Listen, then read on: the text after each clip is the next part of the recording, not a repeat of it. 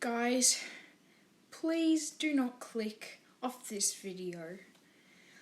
This is probably one of the best YouTube videos on YouTube, in my opinion, but maybe not for you, but for me at least. So, yeah.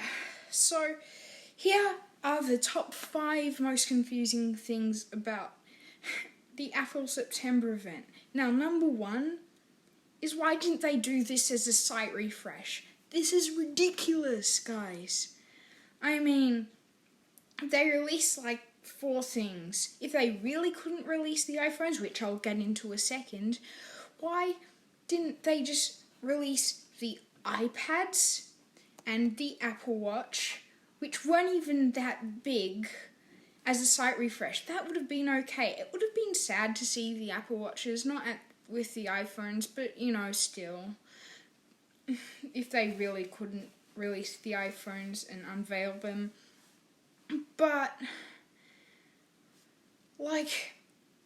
it was tiny. The Apple Watch Series 6 had blood oxygen and the altimeter thing and 20% faster charging, which is like, who cares? It's just like, I've never had a problem with my Apple Watch charging fast or too slow. I would love to see it on the iPhone, please, but I guess not. And yeah, the iPad Air was just basically an iPad Pro, and the iPad 8th Gen had Apple Pencil 2 support and not much else. So, yeah. This really should have been a site refresh. And why did the Apple Watch SE design was a Series 4, 5, and 6 instead of a 0, 1, 2, and 3? I mean, we were expecting sort of, if you weren't listening to the leakers, which they got right, who would have expected? Apparently not me. And they really should have done it with the Series 3. I mean, I don't know, but I think that would have made more sense. Made the Series 3 have better internals, no always on display, no blood oxygen, no ECG, but fall detection, and maybe better speakers or something, and the new chips. But yeah, they instead made it as a Series 4 design with the S5 chip, which on its own doesn't make sense. The S5 chip is the same as the S4 chip, except for the always on display, which doesn't make sense because the SE doesn't even have an always on display. And yeah, also it doesn't have the blood oxygen and stuff like the Series 6. And again, why didn't they make it like an S6 chip? It doesn't even make sense. So yeah, that just on its own is completely baffling. But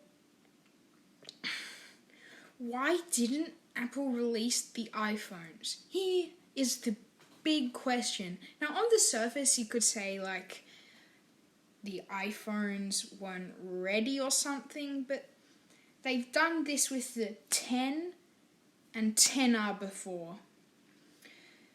They've released it on October/November because it wasn't ready, but they still unveiled it in September. Why couldn't they have just done it on this event? Now, the theory I have was maybe it's because of the coronavirus and how people are struggling to make income, and maybe they can't buy new iPhones right now. But most people aren't, and it would have just been really cool to have the iPhones as well. And it's just like, we need to know if it's going to have 120 hertz. I don't think it will though. My hope has died, but we should just finally settle this. And yeah.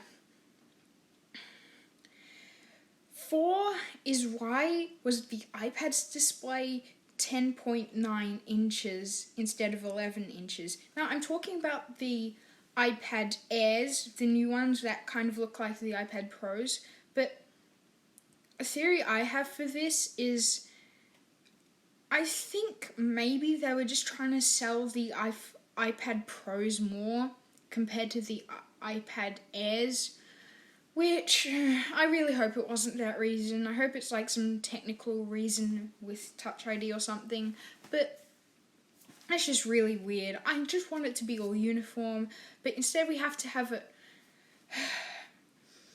1/10 of an inch off. Really, Apple? Come on. So, the reason for this is like the iPad has like slightly thicker bezels than the iPad Pro, but yeah. I mean, it's the iPad Air though. Shouldn't it have like thinner bezels so it's lighter or something? But on that note, the Apple website says it's thicker but also lighter, which is kind of weird. So yeah, I've got no idea why that happened. I have a theory though. I think it's because of Touch ID maybe, and maybe Face ID takes up like weight, but Touch ID is maybe thicker but more light or something. Also maybe it's because of that LiDAR scanner and the ultra wide lens, which okay. I think they just need to may have a little difference in weight. I mean, it's literally called the iPad Air. At least it's like $600, but still, that's a little on the pricier end, but yeah, it has a new design, so I can kind of get on with that. And now, does the iPad Air, speaking of the iPad Air, have a better chip than the iPad Pro?